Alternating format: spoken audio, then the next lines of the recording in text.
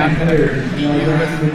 colonnades and hawks and squires, you know. Right. So, okay. So for those of you just joining us, we're about to start round 3. I'm Joey Pasco here with Adrian Sullivan. We're in Boston for the StarCityGames.com Open Series. On your left, you see Jeremy Silkey, and on your right, David Shiels. Now, David's name may seem familiar because he just won a pretty big recent event. Yeah, I believe he was the winner of Grand Prix Dallas Fort Worth.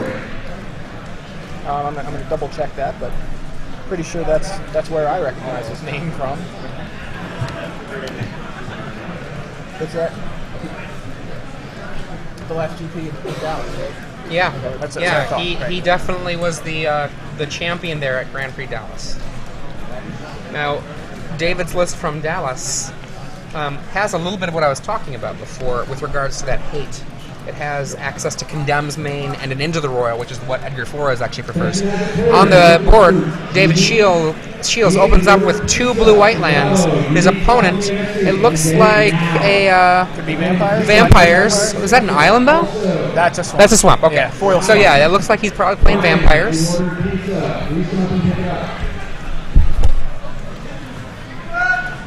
Vampires is a deck that we saw doing very well earlier in the year, but has since kind of fallen off the radar somewhat. Maybe not off the radar exactly, but just not in the top tables usually. So Jeremy on turn 3 drops a Dragon Skull Summit. Passes the turn. It's kind of a slow start if Jeremy's playing vampires. David plays the colonnade and passes back to Jeremy.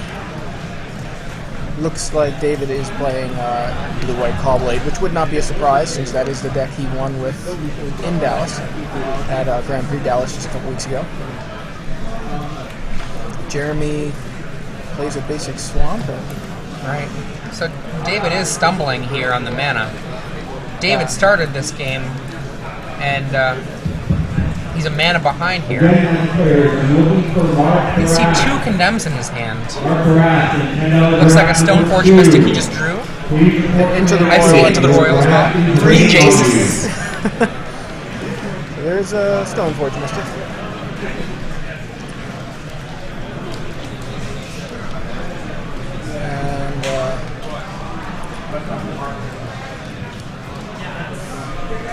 Sword of Feast and Famine, what a shock.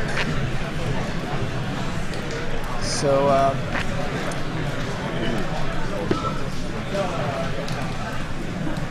looks like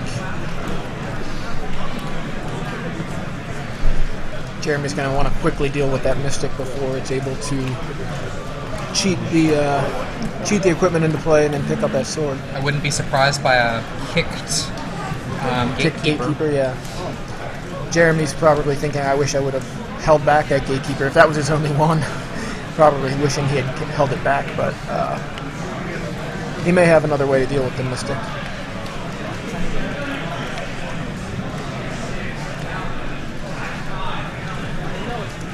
So it looks like he played his 5th land.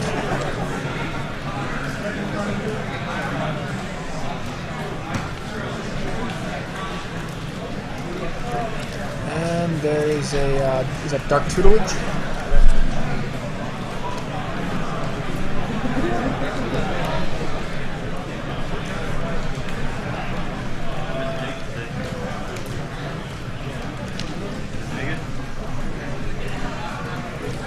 Okay, Condemn knocks the Gatekeeper to the bottom, which means that Mystic is going to be up and at him. I think there was a Day of Judgment? No. There's a Condemn. Oh, no, there's Tectonic Age. For some reason I thought I saw Day of Judgment. Oh, there's definitely a Condemn, yeah. He does have, there's the Jace there in his hand. Right. If you're in B, then your pieces come on to the front, B. And I believe we may see that Jace right now.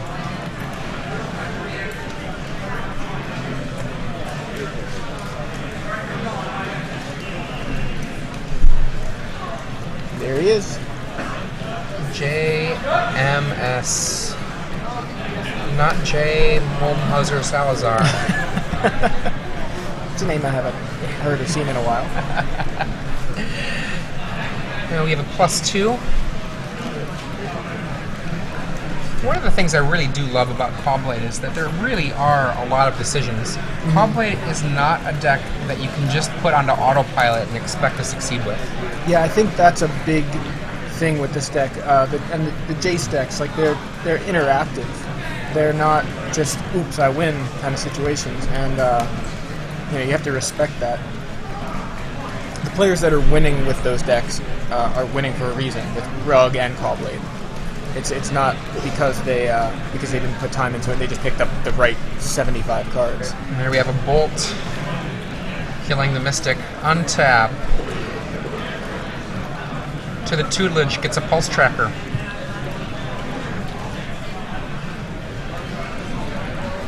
And then his normal draw. Dark Tutelage is a really interesting card. Yeah. I mean, Jace is a very powerful card drawing ability when you're using the Brainstorm effect, the 0 ability.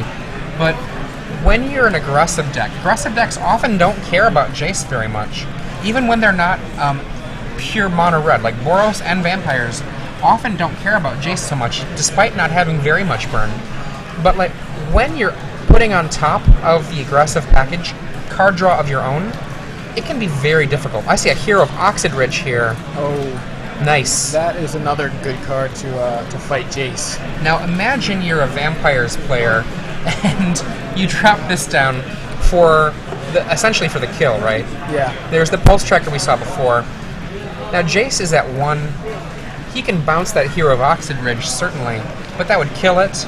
Right, so and then Jeremy can just replay the So hero. basically what he's going to have to do here, most likely, is just Brainstorm, which is fine, and then hide behind his second Condemn. He does have an Into the Royal, and hope that that's enough. Now, David is still at 20 life. Yeah, Jeremy had a kind of a slow start. I think both players kind of did, but I think that favors the Caw-Blade. That David kind of stalled on lands, and Jeremy seemed to stall on gas because I think it wasn't until turn 4 that he even played a spell. Yeah, he played a The Gatekeeper as his yeah. first aggressive act, which means he's probably got a handful of just reactive spells. Right. We did see the Lightning Bolt already, and now he's that Dark Tutelage may be enough to dig him into some more aggression, but is it going to be fast enough to I guess take down this game? Yeah, particularly because if there's an Into the Royal in David's hand, he could pop that up and then be in great shape. Yeah. Now, another card that you really, really don't want to see as the aggressive player. There he casts a Day of Judgment. A card that you really don't want to see if you're the aggressive player and you're playing against a deck like Caw-Blade is Gideon. Yeah. Gideon is surprisingly powerful. Now, Vampires is much less weak to Gideon, just on the back of the Vampire Hexmage.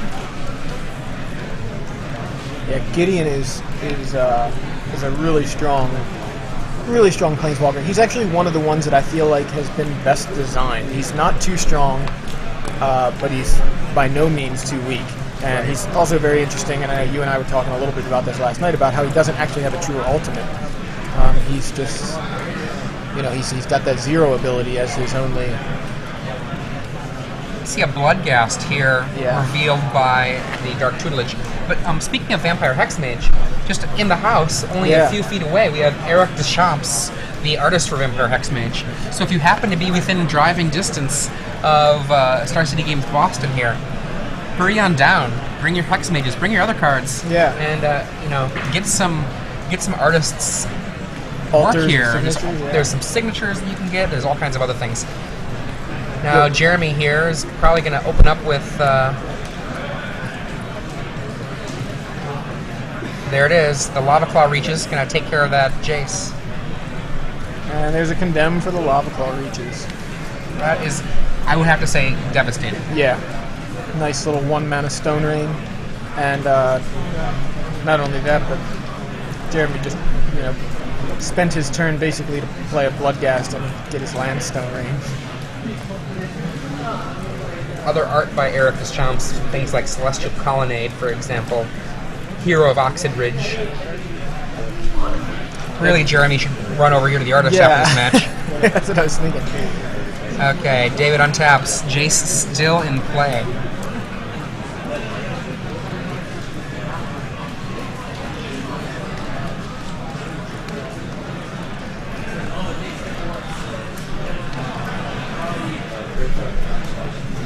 I remember watching on GG's Live, David playing a couple weeks ago, and just kind of being amused by his almost Unabomberish look.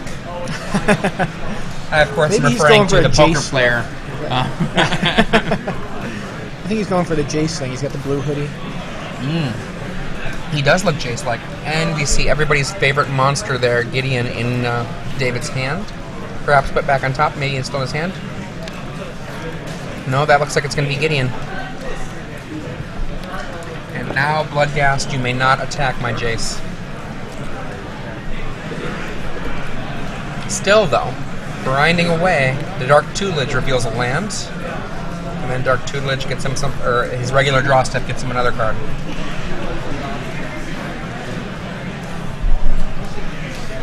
For Jeremy, there's no real reason to hang back on the shown land ever, so he can just keep on pushing things out so that the mana leaks, the spell pierces, those are going to become, you know, quite quickly dead up until the point where Jeremy might be trying to double threat.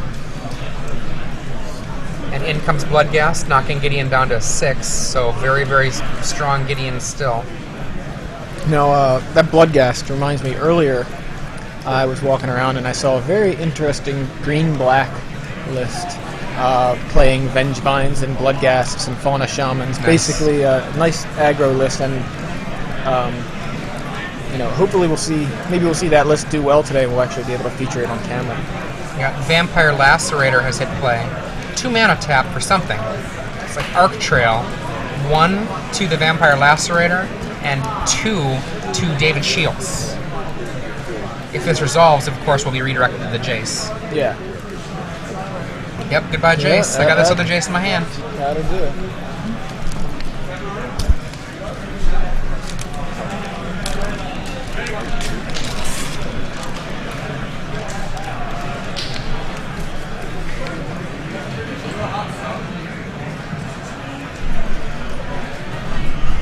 And here comes... We're going to see a sword.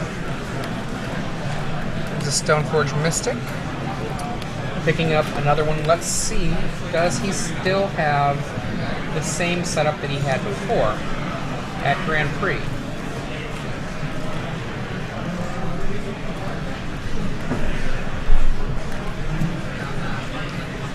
There's a sword.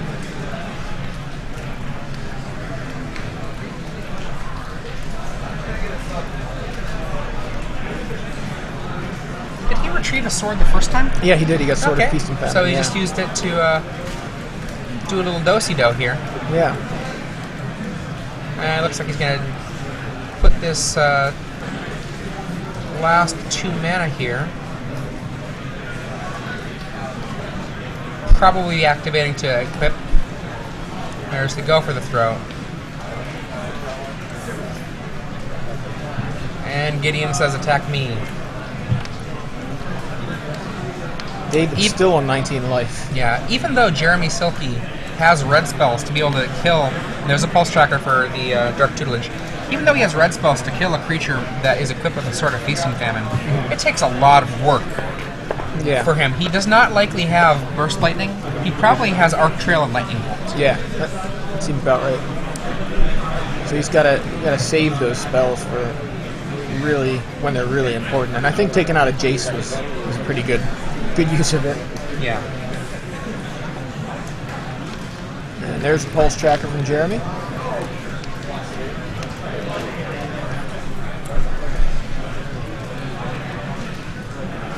Everybody attacks Gideon. I see an Into the Royal. I think I see a Preordain, a Jace, a Spell Pierce. 2 Jaces. He's got 2 Jaces Into the Royal, Spell Pierce, and possibly Preordain. I didn't have any of that, but you did, so.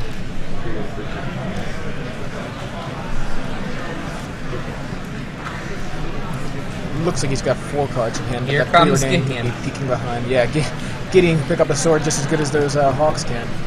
Just can't hold on to it as long. And here's a Jace. I bet you that Jace might, between the two of these guys, do a lot of work. Back go some lands. There's a Glacial for the untapped land. And there's a Squadron There's Hawk. a Squadron Hawk.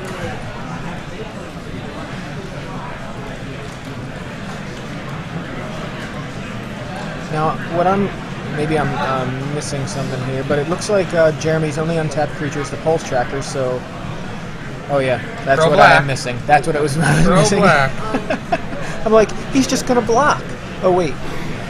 It's funny how you have these thoughts in your head, and then as soon as you start saying them, you realize exactly where you're wrong. Like, I wish I would have realized that 2 seconds earlier. Here comes 8 mana.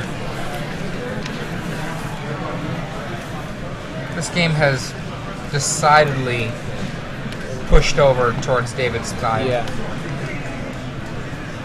Hawk, hawk. Hawk, hawk, hawk.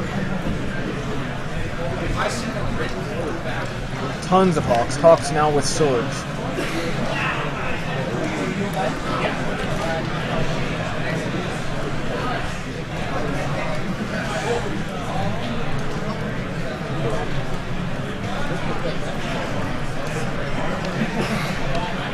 Okay, so Jeremy- that's 3 claws that came out. Yeah, and one has a sword now. Bravo Pizza is here for Max. Yeah. Jeremy wisely decides to save some time and go to game 2. Again, Bravo Pizza is here for Yeah, there's not much left for him at that point, right? Gerard and Dylan. If you play Sword from Bravo and I called your name, please come up to me on stage and take your food.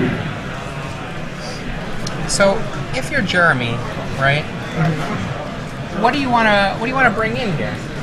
Yeah, I'm wondering, I'd like to see the deck lists, but obviously Hexmage seems like one of the better options. I mean, we didn't see any from him that game, at least I don't think we did. I mean, he almost certainly has Hexmage's main. Yeah, I would expect it, but since we didn't see any, I'm kind of wondering since we don't have the deck lists. Now, David Shiels' list. Right now, I'm going to presume that he's playing running the the same Grand list, Prix yeah. list. That would mean to me that he'd probably bring in a Sword of Feast and Famine, because the sword is really potent against his opponent here. Yeah, it's funny that protection, it's almost like an afterthought in a lot of cases, but in this case, it clearly is really good. I would probably bring in a Condemn, 2 Journey to Nowheres. His Journey actually is a pure creature kill spell here. It can't be stopped by the black-red opponent unless his opponent brings in Ratchet Bombs, Right. which seems unlikely. Yeah. And maybe bring in the Day of Judgment, though that might be overkill. And also maybe bring in the Sun Titan, but that just might be too late to the party. Yeah, that seems about right to me. Now, he has Baneslayer as well on the sideboard, which Yeah. I Now, always feel like it seems like an option for against an aggressive deck just to... But normally I would say so, but against vampires with Gatekeeper and with Doomblade and with Go for the Throat, those options, Yeah. Baneslayer can be pretty hefty. Now, on the other hand, these 6 counterspells that he has seem kind of garbage. Yeah, I don't think he even played a Spell Pierce or a Mana Leak all game. And of course, I mean, it seems like that's a nice set of spells to make some room for those others that can damage. That's 6 cards, so with Sword, perhaps Silvok Lifestaff maybe, but let's get back to that. Sword, 2 Journeys, Condemn, Day. Actually, I wouldn't be surprised by either a Sun Titan or a Silvok Lifestaff, Yeah. and that's an easy 6 in, 6 out. Yeah, it seems like, and it's also not far off. You're not really wrecking your curve either by bringing in a lot of expensive spells for some cheap spells, that kind of thing. So he's sticking roughly around the same kind of mana curve there, and bringing in an extra removal. Condemn when that Lava Claw reaches will certainly make Jeremy hesitant to activate those in swing again. And having that for Hero of Oxid Ridge. Now that's a card. Now, I don't know how many Jeremy's running, but That's an exciting card. That is, yeah, I like that card a lot. So for those of you just joining us, I'm Joey Pasco here with Adrian Sullivan. Hello. We are in Boston for the StarCityGames.com Open Series. We're back after a couple of weeks hiatus, and we're watching Standard. This is round 3. We're going into Game 2. We have Jeremy Silkey versus David Shiels, who won the most recent Grand Prix with the blue-white Pawblade list. It appears he's running a similar, if not the identical, list to his Grand Prix winning list. And Jeremy is playing vampires, black-red vampires. We've seen Hero of Oxid Ridge out of him, but otherwise, mostly actual vampires, creatures on his side of the board. And it looks like the guys are at it. So Jeremy leads off with a, was it the Bloodcast comes down. Yeah, the Bloodcast. Both players starting off with the new Scars duels, which are really good. Stoneforge Mystic. Let's see what he gets.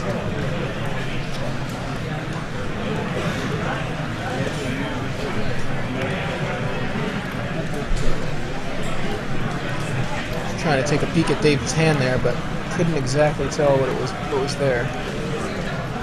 Now, did he run Inkmoth Nexus? At least I see one. Times yes, one. I think there may be one in his hand. That's the one card I thought I did see, but I could be wrong.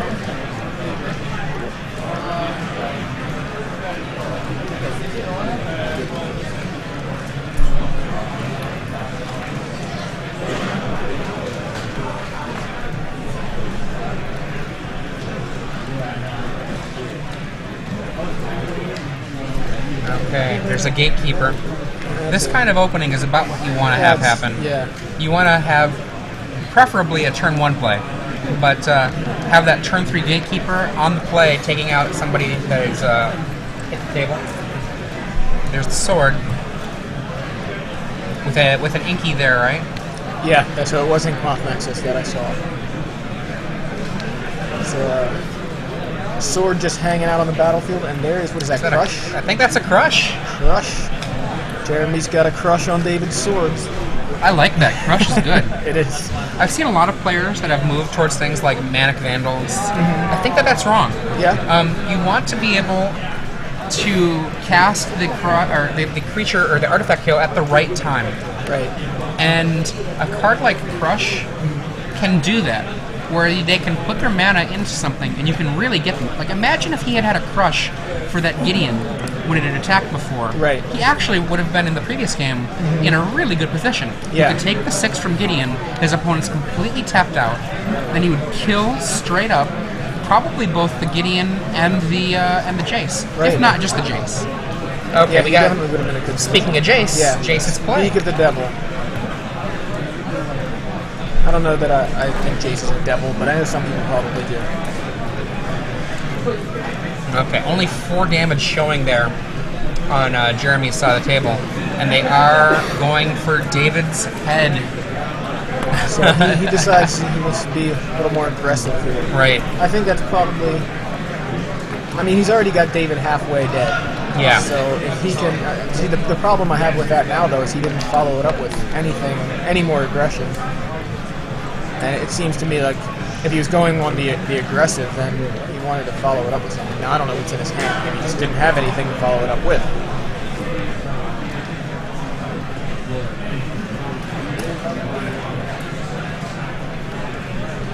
So, David goes... Looks like it's Fate for a Sealing. Fate Seal, yeah. Had to switch die. Down to the bottom. 5th card. Gideon would be the worst. Yeah, There's Gideon. it is. Okay. Kill that. He's a murderer. What does that do? Kill that? Oh.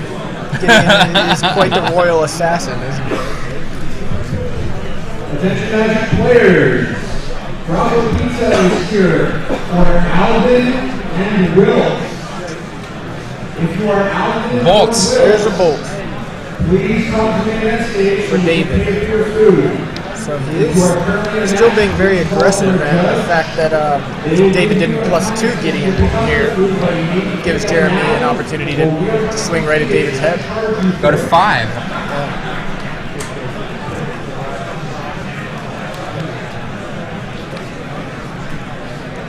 Pulse Tracker. A Virtual 4 for David. Very risky, though, to let those Planeswalkers live. Yeah. I mean, obviously, his opponent's nearly dead now. Exactly. But that can run away from you. Right.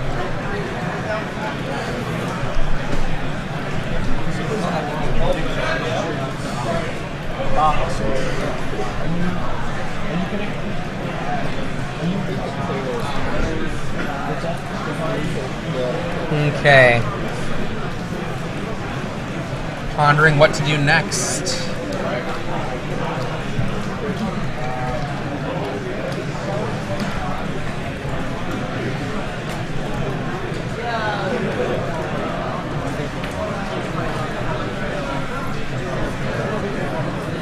Brainstorm from Jace.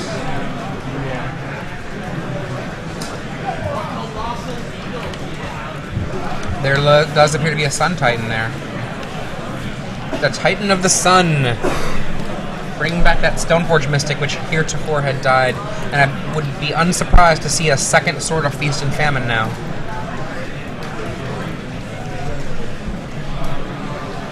Ah, Silvok Lifestaff. Yeah.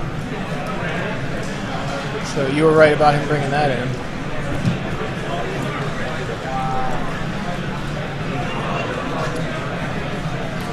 End of the turn, Bolt you. Yeah, I was wondering. Oh, I was like, boy. Jeremy's options here are pretty limited to burn. Now, he just needs some small bit of burn, and because he can Going just set 2. Yeah.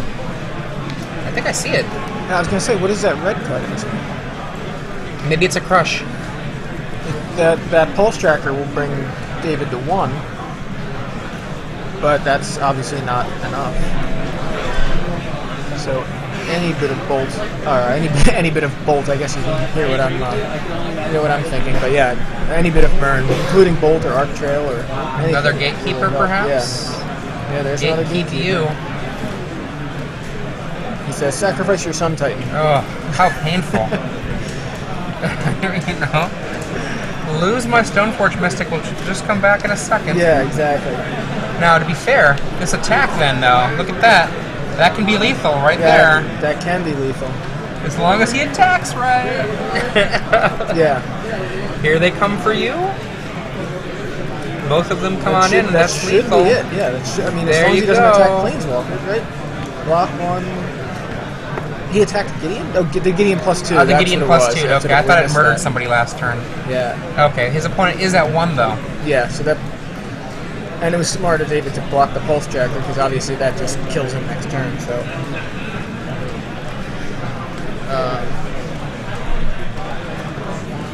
I know David has Silvok Lifestaff in his hand, but that is... Brainstorm effect for Jace. 1 life.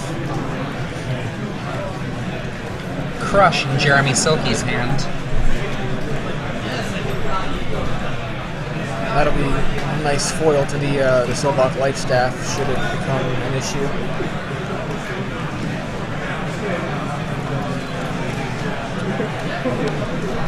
Choosing between a Celestial Colony and a Glacial Fortress. Goes for the mana now.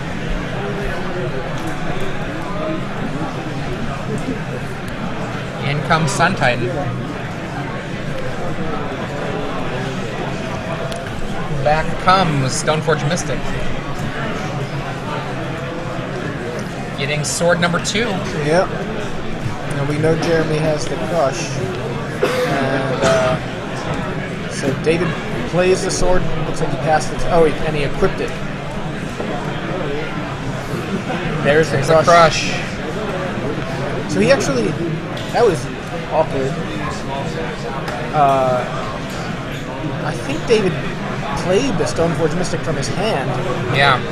Then Yeah, he played the did. sword. Then He equipped did. the sword, and then said, "I want to get this back with my Sun Titan." Like, isn't that what he's? I guess Jeremy's letting him do that. I mean, that's what it appeared like to me. I can't say for sure, but it seemed an awful lot like he did an awful lot before going, "Oh, by the way, my Sun Titan's ability." Mortar Pod Silvok Lifestaff is now assembled. Jeremy has a 1-turn window here to make something useful happen. All he's got to do, David just has to untap, and David's going to be in good shape here. I don't think he has it. I think he just lost. Oh. Another gatekeeper? Dark tutelage. I think that's too little too late. Yeah, this is looking really, really rough for Jeremy, even though David's at 1 life.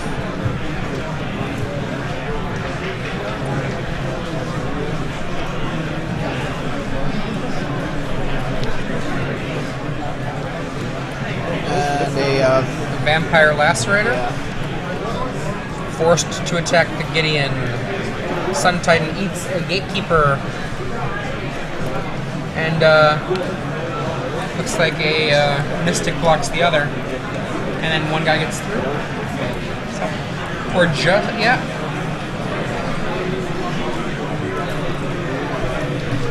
There we go. We got the deck lists now, but maybe game over right now anyway. And there's the life staff. David equips it to his germ.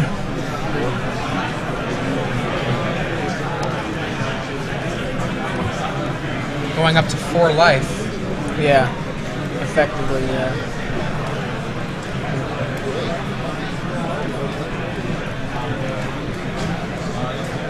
Trying to again decide between some lands here.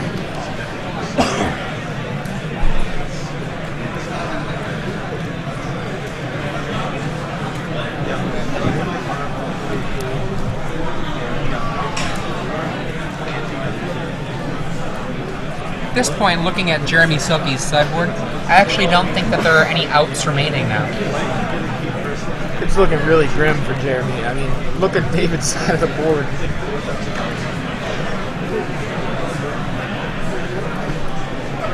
David Shiels at 4 life. Yeah, I think, yeah, he just sacrificed the germ, got some life out of it, and now re-equip the mortar pod, or equip the mortar pod and the life staff to one of his Stoneforge Mystics, putting himself at effectively 7 life.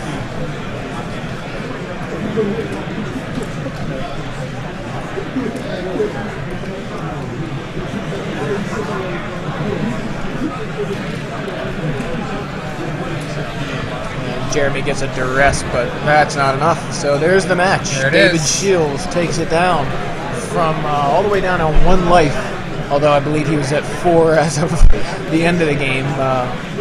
We know he was at 1 life just a few moments ago.